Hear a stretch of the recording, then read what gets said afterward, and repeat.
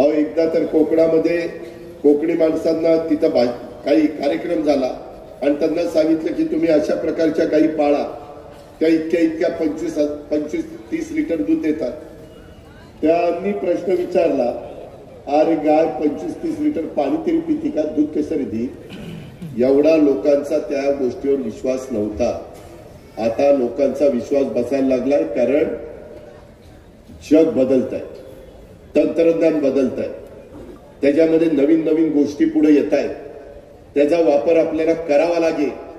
महाराष्ट्रात काही ठिकाणी तो सुरू झालाय. मगाशी प्रतापराव चिखलीकरांनी बोलत असताना भावाच्या बद्दल उल्लेख केला.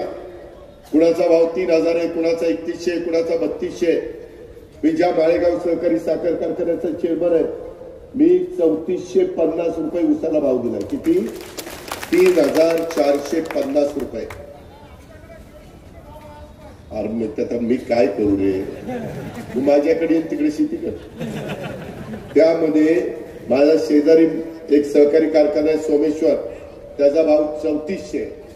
मित्रांनो, आधुनिक पद्धतीने शेती केली. आता आम्ही शेतीमध्ये जसं एआयचा वापर करतो, म्हणजे कृत्रिम बुद्धिमत्तेचा, तसं आता साखर कारखान्यामध्ये देखील कृत्रिम बुद्धिमत्तेचा वापर जगात आता सर्व क्षेत्रामध्ये ते सुरू झालेलं आहे. तुम्हाला ऐकायला कदाचित वेगळं वाटेल, परंतु उमरीकरांनो, हे आपल्याला करावं लागेल. त्या रस्त्याने आम्ही तुम्हाला घेऊन जायचं ठरवलंय. जी मुलं पुढे येतील, नवी पिढी पुढे येईल, त्यांना आम्ही ते प्रशिक्षण देऊ. त्यांना आमचे कृषी विभाग ते माहिती देईल